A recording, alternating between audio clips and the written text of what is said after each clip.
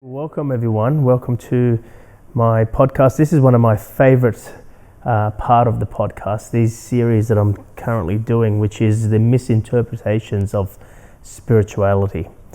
And the reason that's my favorite is because there's so much that can be misinterpreted along this path. And today in this episode, what I want to talk to you about is the misinterpretation about doing what you love.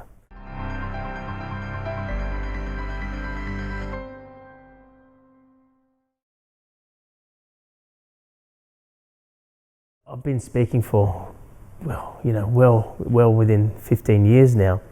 And one of the main core topics of what I share with people is about doing what you love. I mean, you can't argue that. You know, when I talk about this on stage about, the power, our greatest power is love.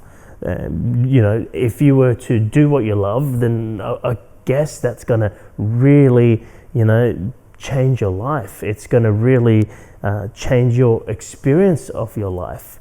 And so when you hear this message about doing what you love to do, not just from me, but from many speakers, from many teachers, from many different philosophies, you got to be stupid to argue with that. Like, how can you argue with doing what you love to do? Yet, why is it so difficult for people to do what they love to do? And this is what I want to talk to you about, the misinterpretation of doing what you love to do. When I'm speaking on stage or I'm coaching someone and I'm telling them, it's about doing what you love to do. And like I said, most people would agree with that and go, yes, well, it just makes sense. You got to do what you love to do. So then when I say, what is it that you love to do? A common answer that I can get is something along the lines of this. I just want to be sitting on the beach somewhere and just do nothing, or, I just want to be doing whatever I want to do, whenever I want to do, I just want to be in control of all that. And already it's been misinterpreted, because doing what you love to do is not mean doing what's easy to do. And I'll tell you why most people will say or will look for the easy thing to do, because they've been struggling. They've been living a difficult life, right? And when I say difficult life, you might be living a comfortable life, but the difficulty is doing something that you don't enjoy doing. So you might be getting results and creating a beautiful life, a beautiful cushion, let's call it, not a beautiful life. You've got a cushion in your life, and then you've got people who don't even have that cushion, right? When the question is posed to you, what is it that you love to do? You just go, I just want to sit on the beach and do nothing. It's because you've been doing what you need to do for such a long time that when the question comes to you, that what do you love to do? You've had it up to your neck. You've had it up to your neck of doing what you need to do. So it's almost like, I just need to stop and do nothing. So the answer comes that, hey, I just want to sit on the beach and do absolutely nothing, or I want to do whatever I want to do whenever I want to do. That kind of answer. And this is the thing: what you truly love to do doesn't align with an answer like that. Okay, it's what you love to do is not what's easy to do, and that is this topic for this podcast. This is the misinterpretation of spirituality or mindfulness. When people hear that, you should do what you love to do, the mind perceives or conceives that as, well, do what I love to do. You're not hearing that, do what you love to do. You're going, do what is going to make me rich. Do what's easy. See, they're the biggest two misinterpretations there, because do what's easy is, I just want to be sitting on the beach and just do nothing. I just want to, the answer that I gave to you before about I just want to be able to do whatever I want to do whenever I want to do, then you're misinterpreting that as do what's going to make you rich. That's not the question. The question is not, what do you want to do to make yourself rich? What do you want to do to put yourself on a beach and do nothing? The question is, what do you love?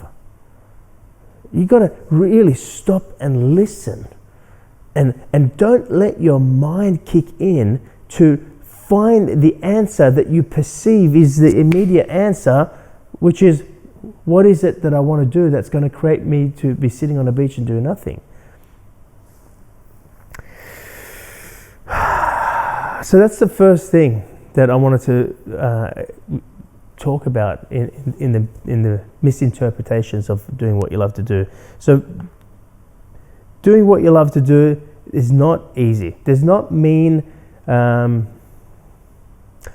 when you are looking to do what you love to do, it does not mean there's not lots of work. You know, you hear the statement people say, you know, if you do what you love to do, you never work a day in your life. Again, misinterpretation, right? Because when you're doing what you love to do, you love to put the work into that. It's not that you won't work a day in your life. When you're doing what you love to do, it doesn't mean there's no risks involved. It doesn't mean that you're not going to fail. Failure could be is a potential possibility.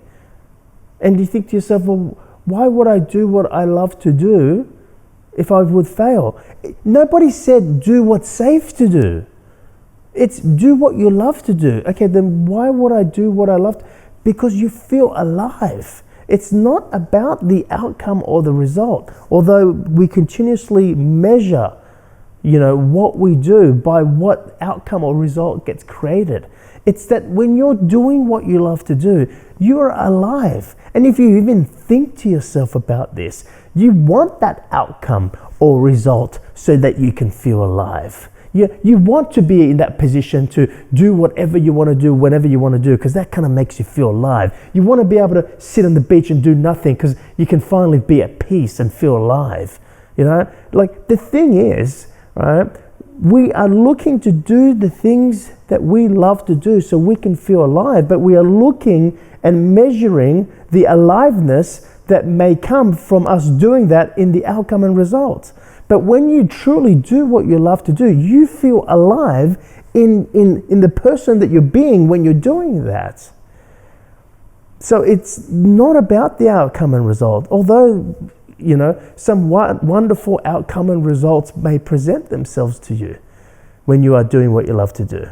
Yes, that may be, but the thing is, you're not attached to that outcome or result, and nor were you trying to manipulate that to take place, because you feel alive when you're doing what you love to do. So not to lose you here, what you will find when you are doing what you love to do is that it becomes effortless. Yes, like I said to you, it requires work, but the work that you're doing is effortless. Okay, so let's look at this, because this is another misinterpretation. Because when people think effortless, they think to themselves, well, it requires no effort from me. So the lazy mind goes, I love to do what I love to do, because then I won't have to put effort into it. Incorrect, right? The part that you experience the effortlessness is not in what you do, it's in who you're being. It's your soul. Your soul is soaring. Your soul is free when you are doing what you love to do. That is the effortlessness part. Don't mistake that with, well, if I do what I love to do, then, you know, then whatever effort I put in will be minimal because it's effortless rather than effortful. No. Your soul is experiencing the effortlessness, if that's a word. Okay? Your soul, when you're doing something that you need to, when you're doing something because it's totally, you know, outcome or result driven only, okay?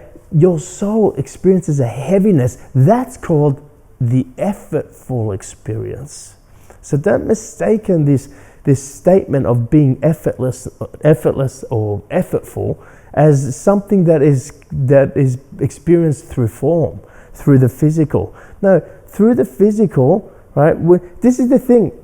You wouldn't enjoy it if you just clicked your finger and it happened, right? You just wouldn't enjoy that. I mean, look at a mother who conceives a baby and carries this baby for 9 months. And then at the end of 9 months, they have to give birth to this baby. Like the experience, the physical pain, the pushing that is required for this baby to come to this world, right? It's not, the effortlessness is in their hearts, okay? Because they feel a bond and a connection with a being within them. They feel a love. The love is there. The effortlessness is experienced once the babies come out and the connection is experienced with that baby. So don't think to yourself that, hey, doing what you love to do is what's easy to do. That's completely incorrect. And I continuously, wherever I speak, if I ever say to someone, hey, what is it that you love to do?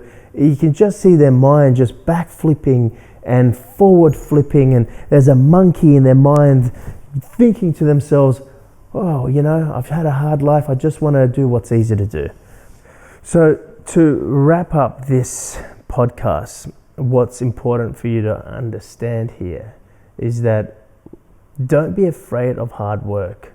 When it is what you truly love to do, and when you're experiencing the uphill battle, don't then think to yourself, well, maybe this is not what I love to do.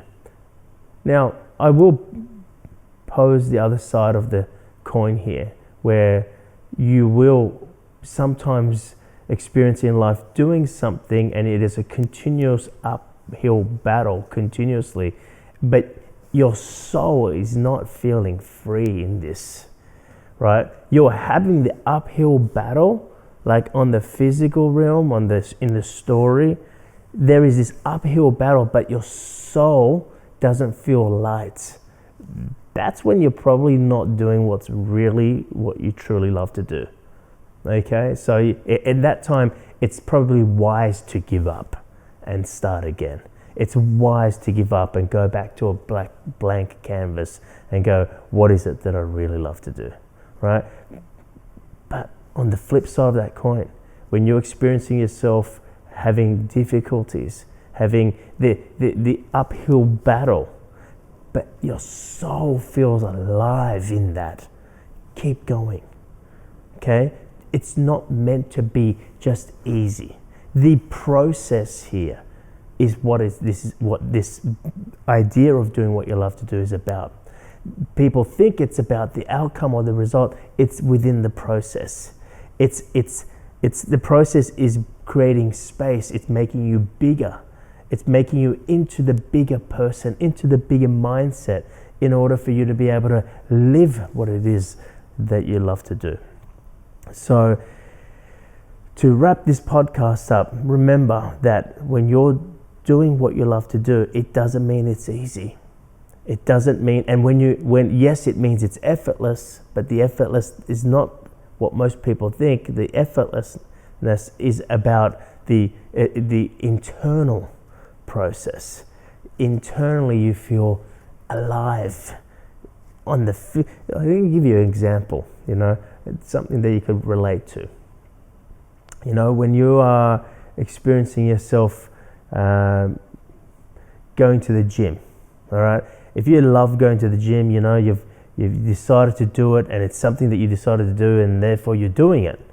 And when you do what you decided to do, and when you make a decision to do something, and when you do that, and when they're aligned together, right? There is you're experiencing yourself on the treadmill, or you're experiencing yourself doing push-ups, whatever it is at the gym, right?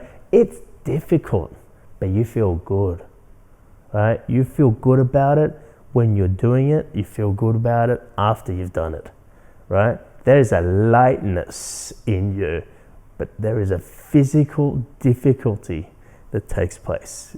That's what I'm talking to you about. Okay? So, again, on the flip side of the coin, if you're trying to lift weights that you can't even lift one rep from, you're probably doing the wrong weights. Okay? You probably need to go back to the drawing board, back to the white canvas, and go, hey, why am I really here at the gym. Okay? So again, you notice the difference when you're doing what you love to do. Yes, there may be difficulty. Yes, there may be an uphill battle, but you feel alive. You feel your soul feels light, and that's the effortless experience that I'm talking to you about. Don't confuse the effortless experience as it being easy in the story. And just remember, when you are looking for the easy in the story, it's just because you've had a hard time. You've been doing what you need to do. You've been having the effortful experience for such a long time. You just need a break. You want to sit on the beach. Okay? Anyone that I know personally that has got to a point of retirement has always find something new to get passionate about. Find something new to grow in and dedicate themselves in. Because if they don't, they say within 2 or 3 or 4 years, people will leave this world if you retire and do nothing.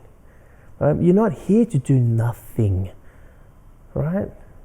So that's probably one of the most powerful misinterpretations that I want to share with you today. And we're going to continue with a whole bunch more about this series. And just remember, doing what you love to do is not necessarily easy. Does not mean you won't fail. Does not mean to you. It means if you're doing what you love to do, it means that it's worth failing for.